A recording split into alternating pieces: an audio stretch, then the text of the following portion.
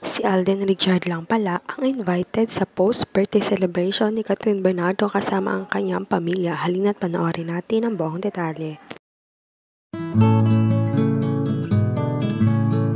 Gulat na gulat nga ang netizens nang invited si Alden Richard sa post-birthday celebration ni Catherine kasama ang kanyang pamilya sa mansyon nila sa Maynila.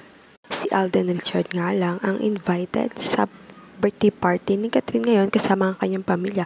Walang ibang kaibigan o malalapit na BFF ni Catherine.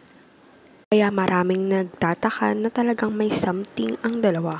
Halina't panoorin naman natin ang mga video at sweet moments nila kagabi.